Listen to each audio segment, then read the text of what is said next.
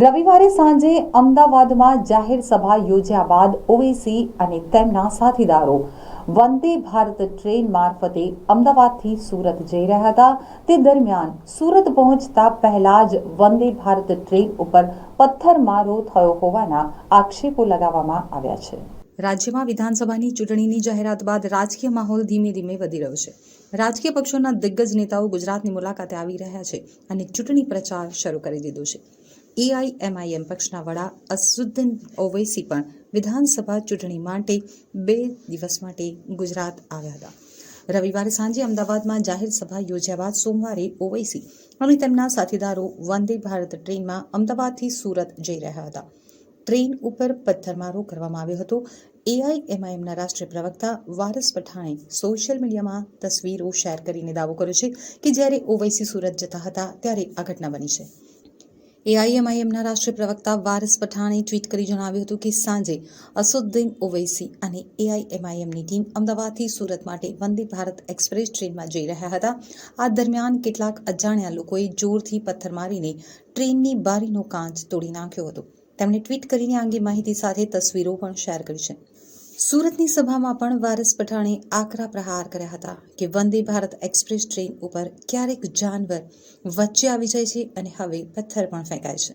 અમારા ઉપર પથ્થર મારો કે આગ વરસાવો પરંતુ હકનો અવાજ रुकाशे नहीं। ये जो हकीकत है उसके बारे में जब एक जाहिर सभा में सांसद श्री या उनके साथी मेंबर्स ने इस बारे में मीडिया में स्टेटमेंट दिया, उसके बाद ये बात ध्यान पर आई है। और जब ये ट्रेन में मुसाफरी कर रहे थे सांसद श्री, उस टाइम पे हमारे रेलवे के और आरपीएफ के जवान भी उनके साथ सुरक्षा में तैनात थे।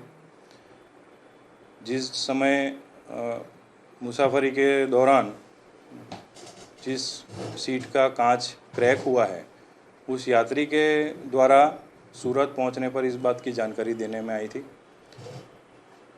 और ट्रैवलिंग के दरमियान ये जानकारी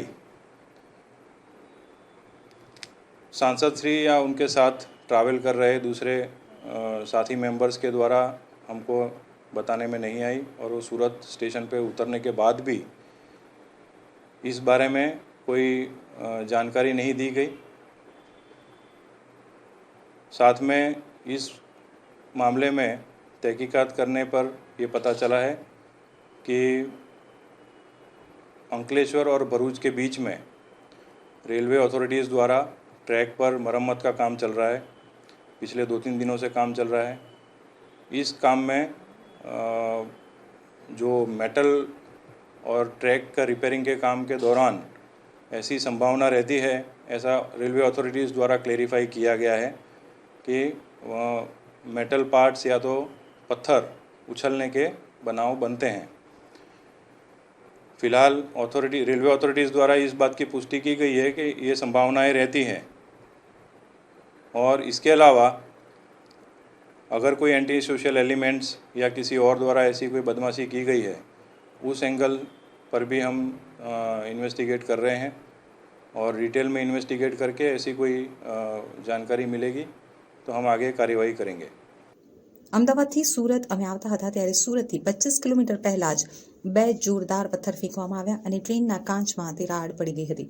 વંદે ભારત ટ્રેનમાં પથ્થરમારા અંગેના એઆઈએમઆઈએમના દાવા બાદ રેલવે વિભાગની સ્પષ્ટતા સામે આવી છે, જેમાં કહેવામાં આવ્યું છે કે વંદે ભારત ટ્રેન ઉપર કોઈ વ્યક્તિએ પથ્થરમારો કર્યો ન હતો, પરંતુ સ્થળ ઉપર સમારકામ ચાલતું હતું એટલે આકસ્મિક રીતે પથ્થર કોચના કાચ ઉપર પડ્યો હતો।